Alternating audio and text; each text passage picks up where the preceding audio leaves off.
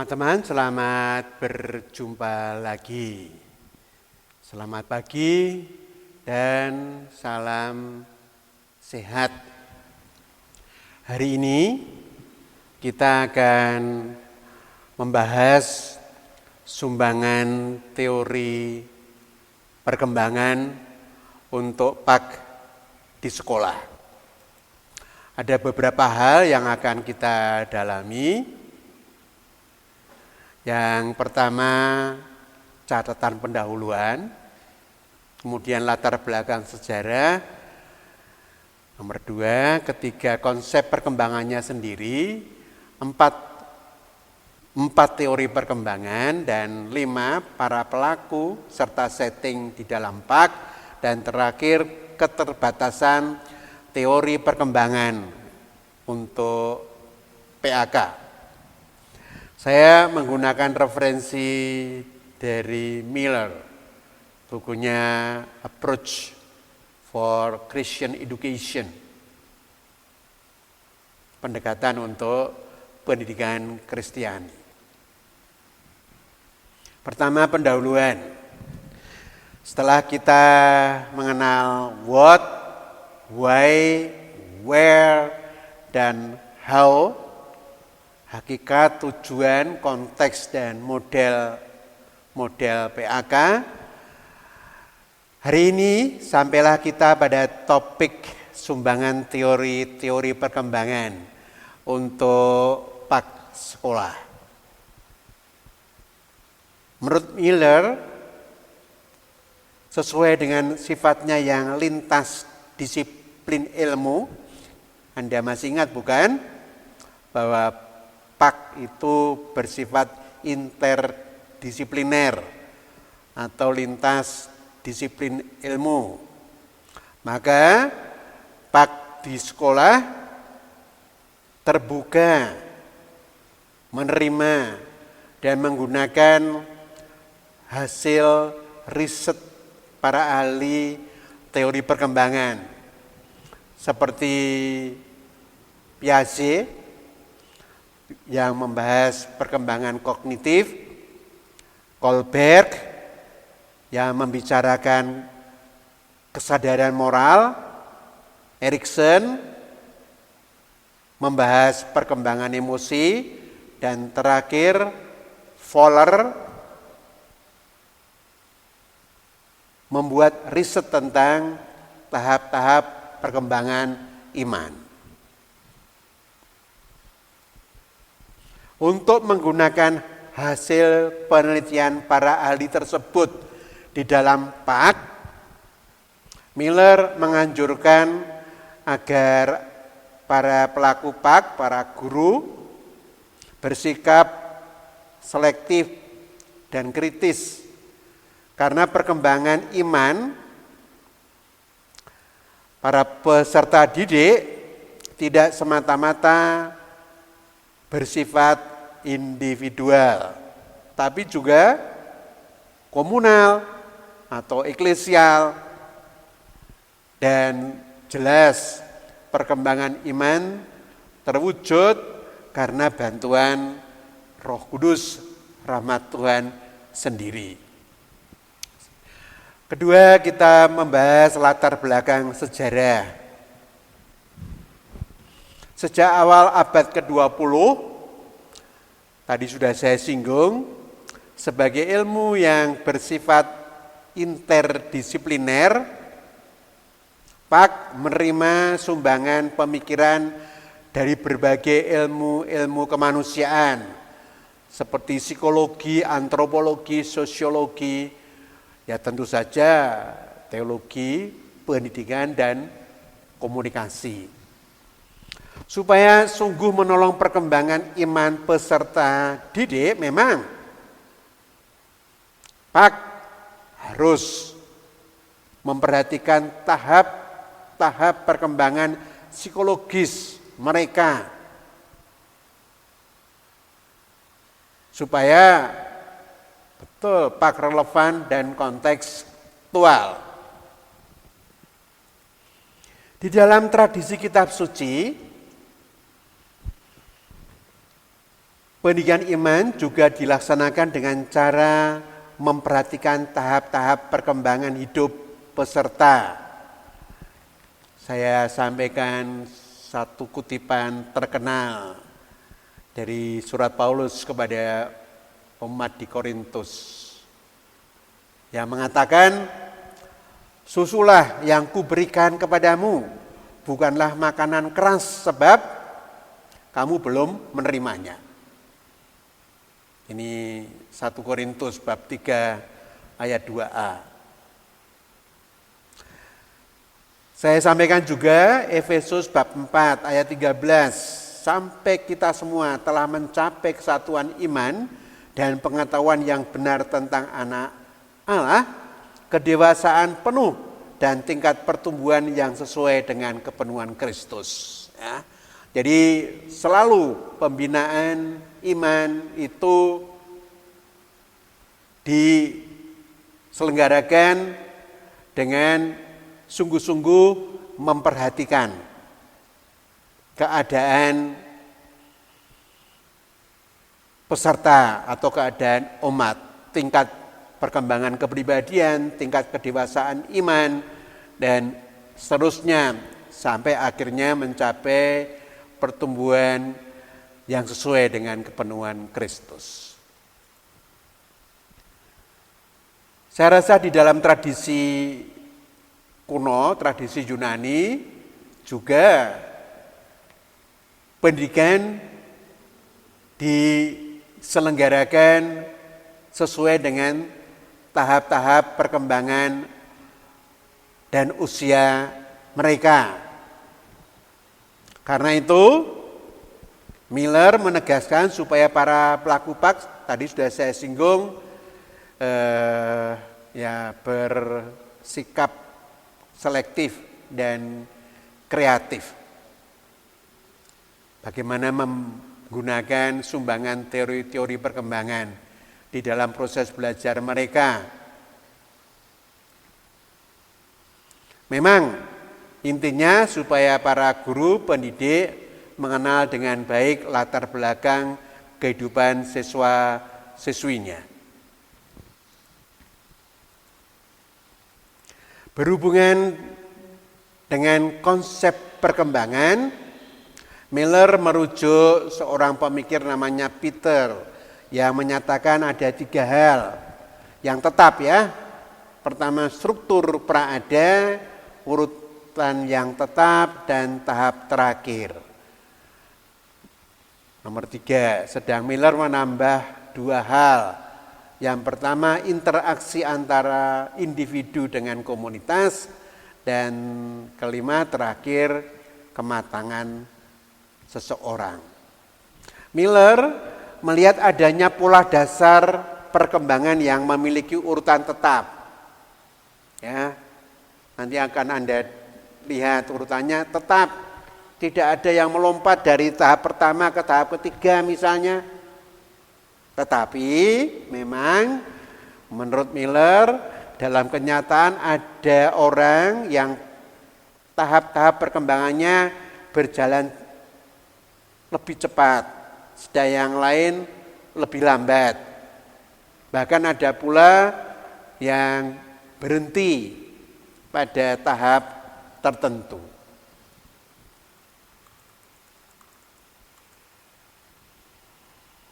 Pertama, kita singgung seorang peneliti, Jean Piaget dari Perancis, yang mendalami tentang tahap-tahap perkembangan kognitif. Piaget atau Piaget ya, jangan dibaca Piaget. Kognitif dipahami sebagai bentuk pemahaman yang melampaui dimensi pengalaman. Jadi tentu pertama pengalaman, orang itu memiliki dimensi kognitif kalau bisa memahami segi pengalaman. Kognisi terbentuk melalui proses perubahan dari tindakan menjadi pemahaman. Melalui kegiatan berpikir, seorang anak memperoleh gambaran tentang objek di sekitarnya. Ya, jadi betul ini bicara mengenai berpikir, segi kognitif, rasionalitas. Melalui kegiatan berpikir, seorang anak memperoleh gambaran tentang dirinya sendiri dan adanya hubungan sebab akibat. Piaget menggunakan rumusan atau kata operasi untuk menjelaskan tahap-tahap perkembangan kognitif atau pemahaman. Ada 4 tahap. Yang pertama sensomotoris, yang kedua praoperasional, ketiga operasi konkret, dan keempat operasi formal.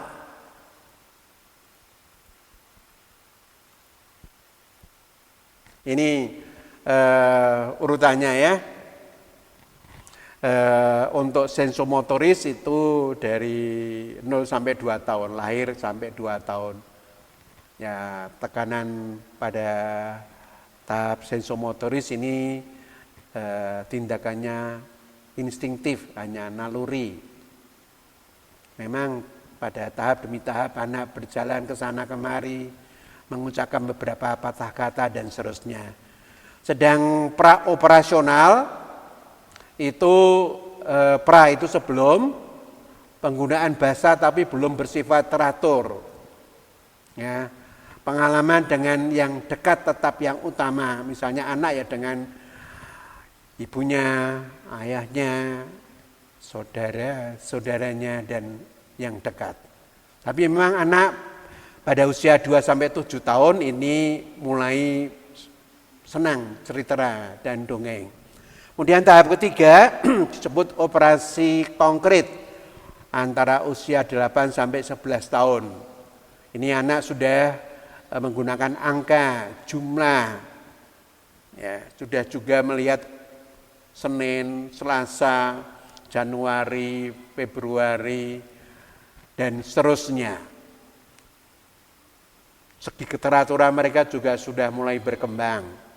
Anak mulai berpikir lebih lengkap, bercerita lebih lancar, dan menulis juga lebih baik. Kemudian yang paling akhir, tahap keempat disebut operasi formal. Ini juga usia 11 tahun ke atas. Ini remaja. Remaja mulai berpikir secara hipotetis, menggabungkan yang A dan B, ini asosiatif, juga melihat hubungan sebab dan akibat, dan mampu berpikir secara abstrak dan logis. Tahap terakhir perkembangan kognitif sungguh perlu ditekankan agar anak dapat masuk ke dalam alam dewasa. Nah, sekarang ada komentar dari Ronald Goldman tentang perkembangan pemahaman religius ya. Jadi perkembangan pemahaman religius ini berhubungan dengan Pak. Kalau tadi kognitif ya pada umumnya. Pemahaman religius berhubungan erat dengan tahap perkembangan pemahaman operasi formal. Ya. Berarti 11 tahun ke atas. Semakin pada tahap pemahaman operasi formal ini, anak semakin berkembang tahap kognitifnya.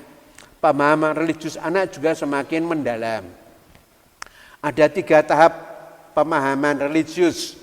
Pertama pra-religius, kedua sub-religius, dan ketiga religius. Pada usia 12 tahun ke atas, anak sudah mampu berpikir tentang Tuhan menurut konsep yang formal. Pemahaman religius mereka telah sungguh berkembang. Goldman menekankan agar para guru Pak benar-benar memperhatikan tahap perkembangan kognitif anak supaya mereka berhasil membantu perkembangan iman anak didik mereka. Ya, tadi sudah saya singgung yang pra-religius ini usia 5-7 tahun.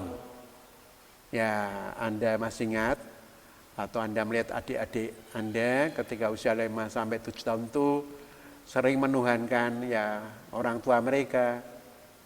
Kemudian menjadikan gambaran Tuhan sebagai gambaran orang tua gitu ya. Sedang usia 7 sampai 12 tahun sub-religius, sebelum religius ini, sub itu di bawah, kalau pra itu sebelum. Gambaran Allah dikaitkan dengan tokoh dalam dongeng. Kitab suci dibaca dan dimengerti secara harafiah. Jadi kalau di dalam kitab Kejadian dikisahkan mengenai penciptaan itu dipahami oleh anak usia 7 sampai 12 tahun secara harafiah, bukan simbolis atau figuratif. Kemudian 12 tahun ke atas ini religius. Jadi pada usia 12 tahun ke atas anak mampu menerima, menolak gambaran Tuhan yang telah ia terima sejak kecil. Oke, jadi ini dimantapkan. Maka ya setelah SMP saya rasa bisa membantu anak sungguh-sungguh semakin punya pemahaman religius yang benar. Kalau anak usia sebelum 11 tahun seperti tadi, ini sesungguhnya belum mampu. Oke. Saya teruskan.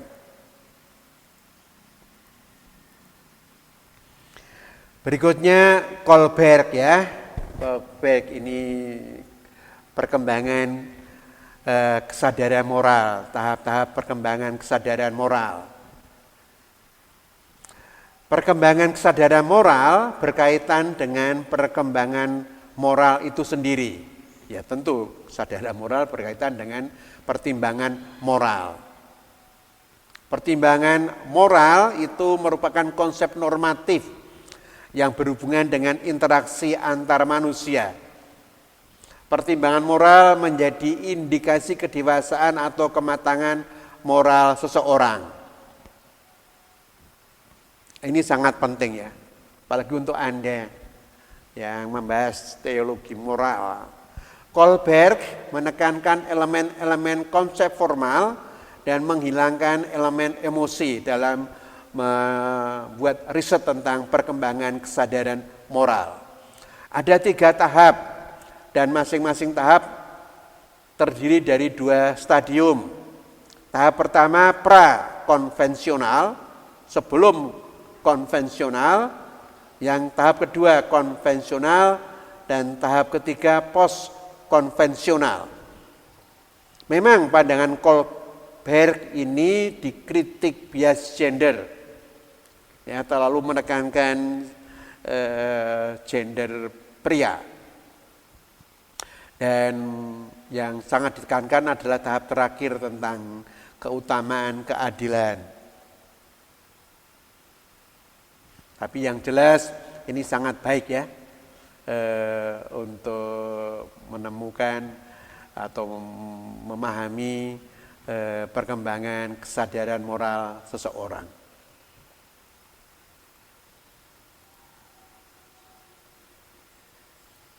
Yang jelas memang perkembangan kesadaran moral seseorang itu berhubungan erat dengan perkembangan kognitif dan perkembangan imannya. Karena memang moral berhubungan erat dengan iman. Tadi sudah saya singgung, ada 3 tahap, prakonvensional, ini anak-anak, konvensional, ini remaja, kemudian pasca konvensional itu untuk dewasa. Ya singkat-singkat saja, nanti bisa Anda baca secara panjang lebar, baik PPT sendiri, PPT-nya maupun naskahnya. Sekarang yang tahap pertama, prakonvensional untuk anak-anak. Ada 2 stadium. Stadium pertama itu orientasinya anak takut dihukum. Ya, betul. Untuk anak itu dihukum itu sungguh menakutkan. Jadi kontrol tempat mengontrol itu masih di luar diri anak. Stadium kedua, tahap kedua itu disebut orientasinya untung dan rugi. Saya akan bertindak kalau untung. Jadi moral ya hanya dipahami sebagai alat atau instrumen. Tetapi tetap lokus atau tempat kontrolnya itu di luar anak, di luar dirinya. Kalau rugi saya hindari, kalau untung saya lakukan ya. Jadi ini anak-anak aja mencari untungnya. Maka kalau Anda sudah dewasa, pikirannya takut dihukum, itu anak-anak sekali. Demikian pula kalau pola moralnya itu untung dan rugi. Kemudian tahap kedua, konvensional, ini remaja.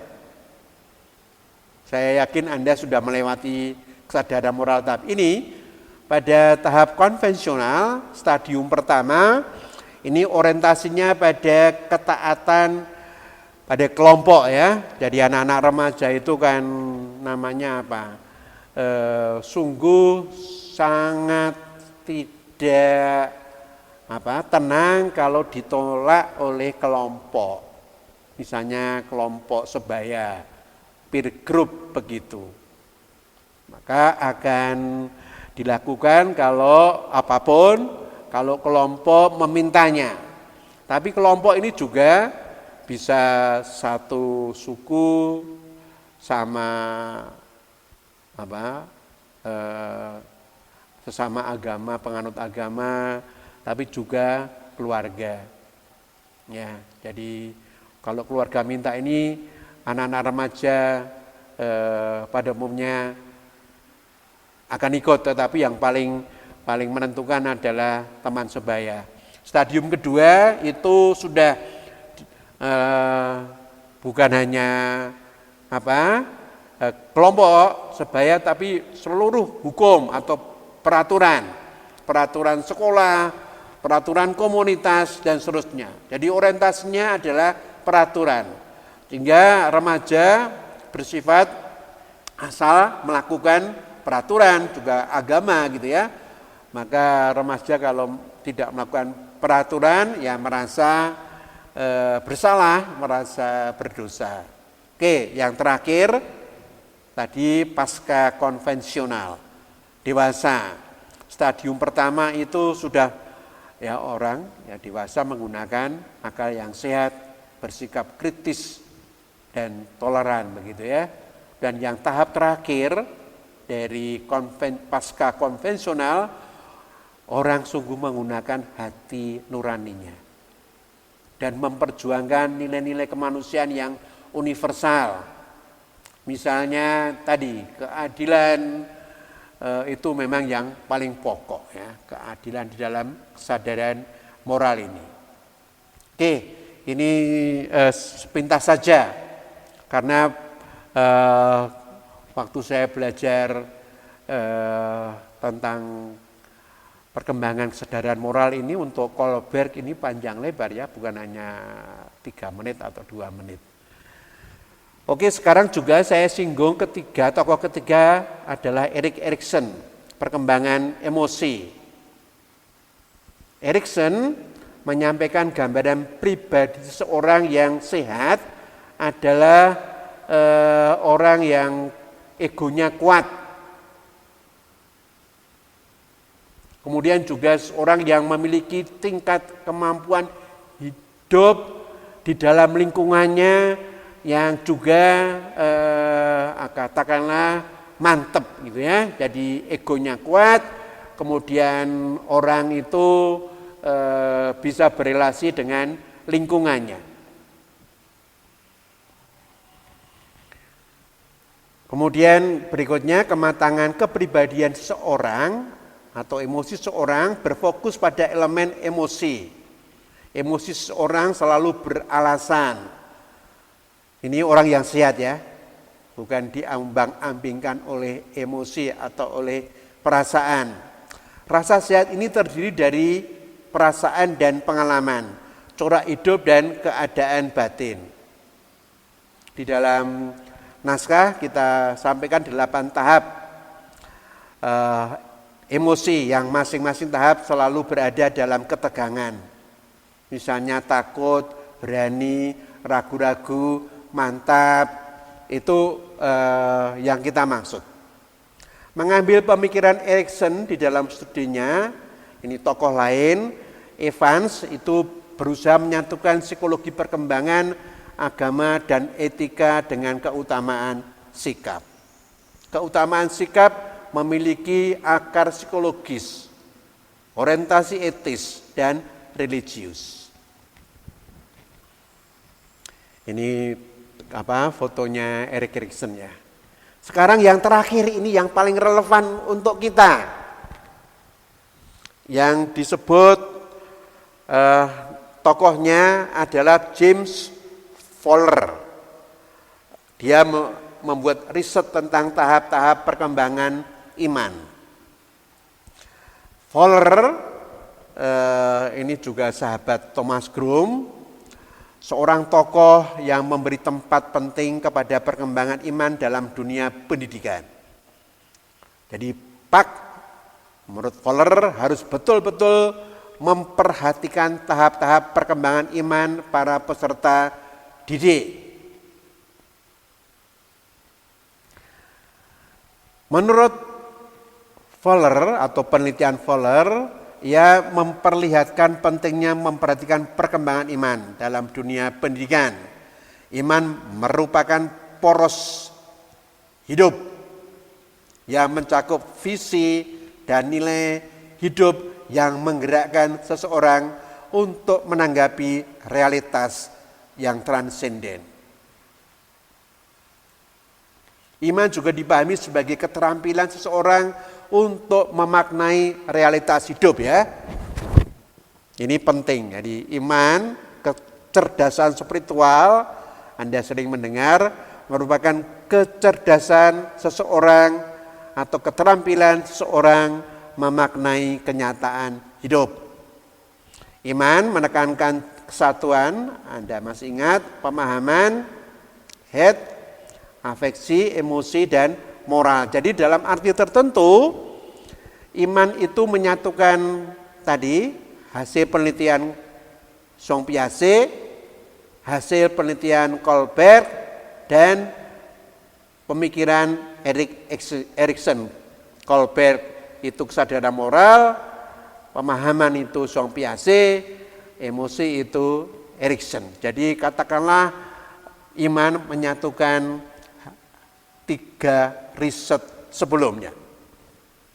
Menurut Fowler, iman tidak sama dengan agama. Ini Anda masih ingat Romo Mangun. Iman adalah inti hidup. Iman lebih personal dan sungguh mendalam.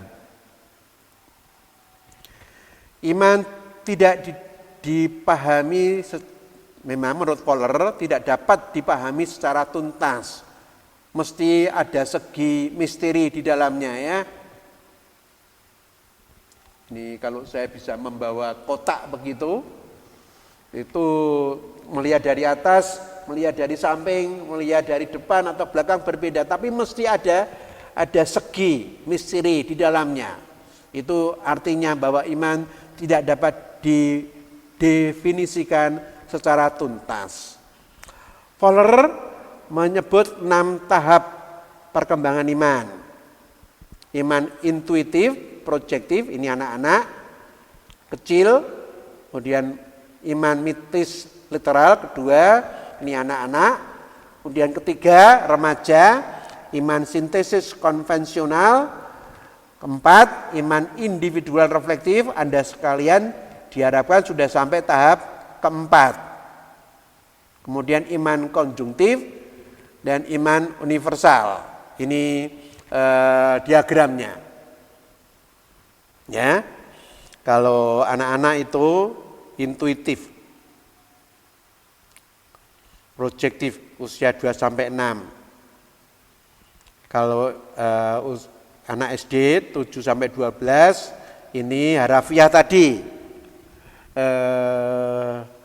Kemudian yang remaja Sintesis konvensional itu iman diterima dari gereja, dari guru, sekolah, dari katakanlah pendalaman iman lainnya. Kalau individual reflektif ya Anda, ini sungguh-sungguh kesadaran pribadi, pilihan pribadi, imanku.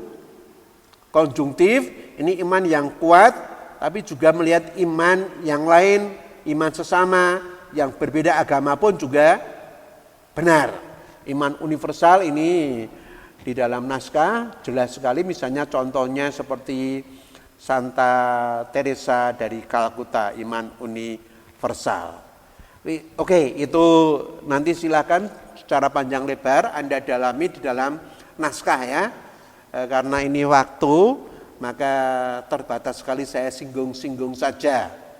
Yang utama memang tadi saya garis bawahi tahap ketiga, sintesis konvensional. Tapi untuk Anda saya harap iman sungguh menjadi milik Anda, individual yang telah dibatinkan, telah direfleksikan. Kalau saya diharapkan sebenarnya sudah konjungtif ya, iman saya kuat dan saya menghargai iman dari pemeluk agama lainnya.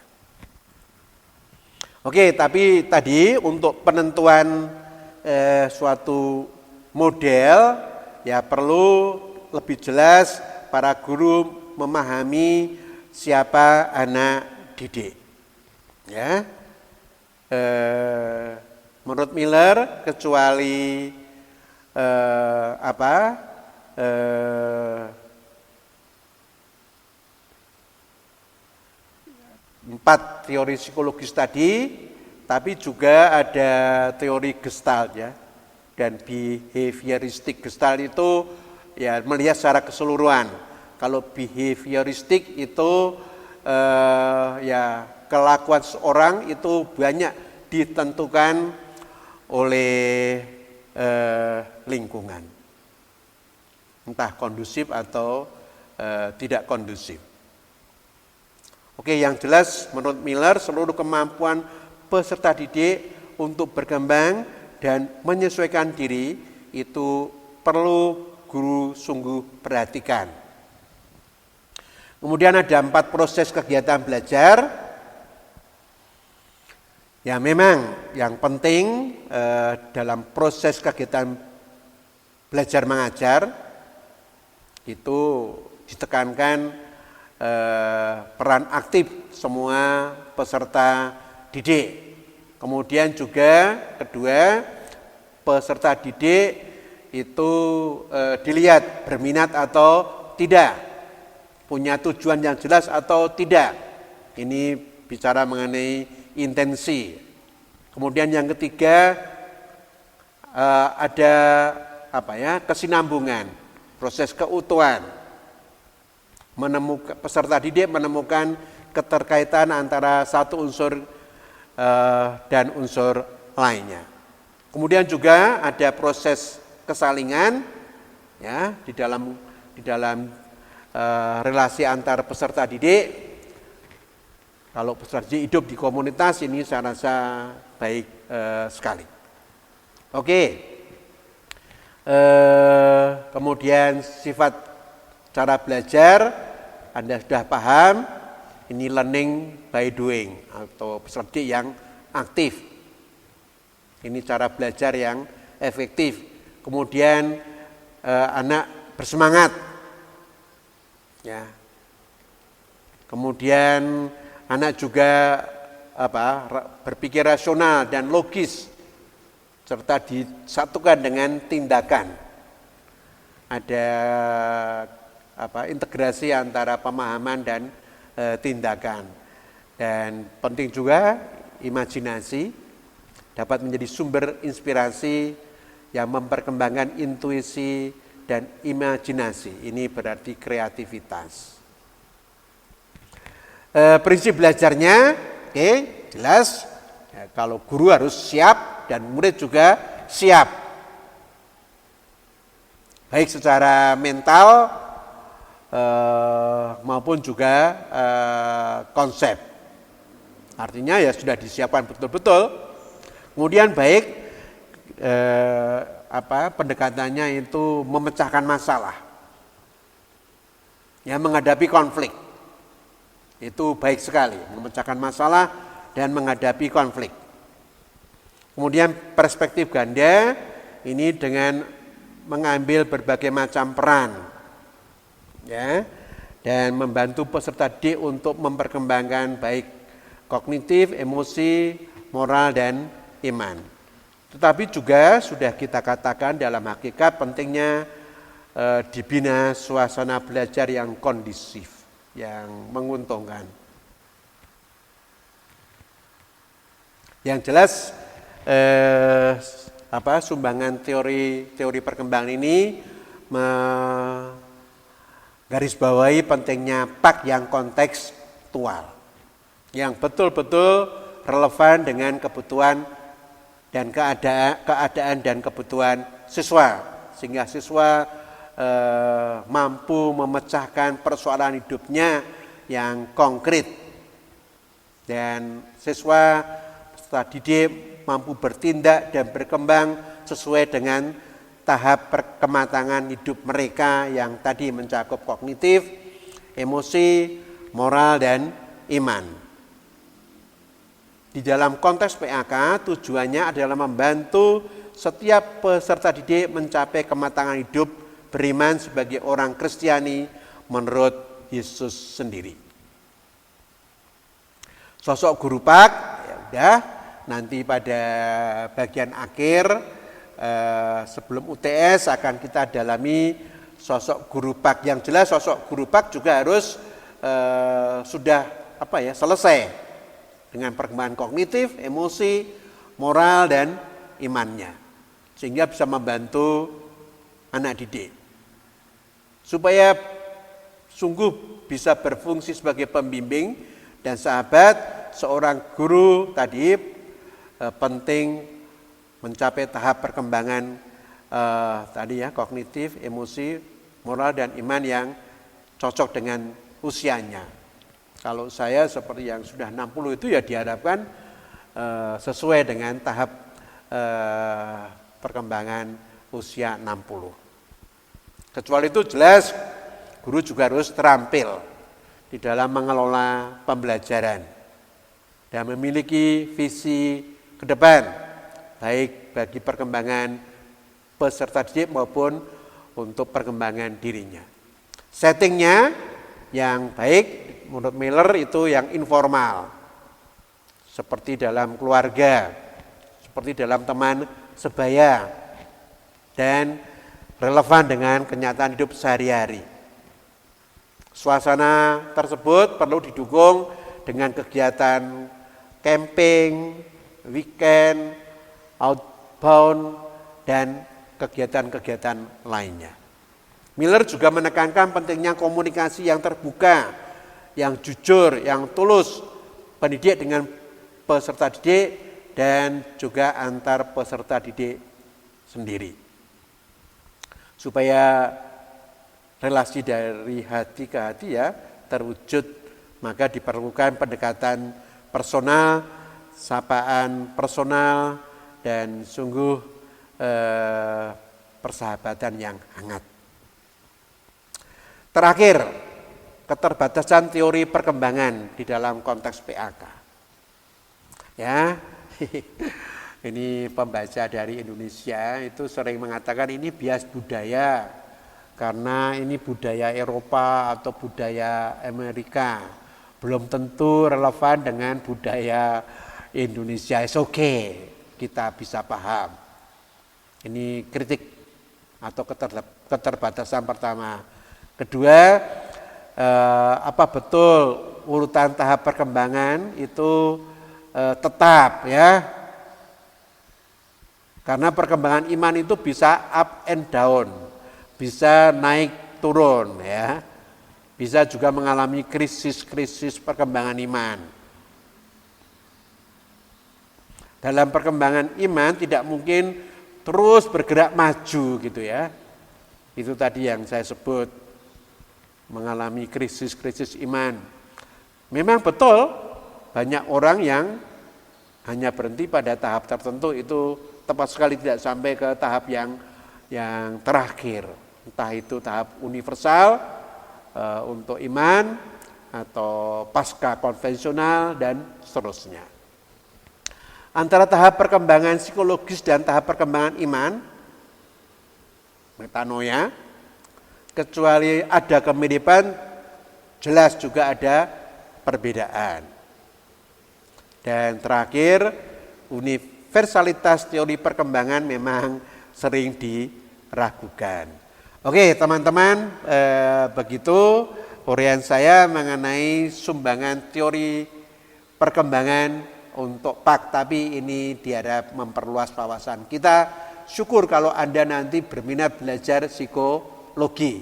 Saya ingatkan lagi, silakan mendalami PPT-nya lagi dan juga membaca naskah yang ada dalam LMS akan saya upload. Sehingga pemahaman Anda lebih utuh dan Anda juga merasa lebih jelas. Terima kasih dan sampai ketemu kembali.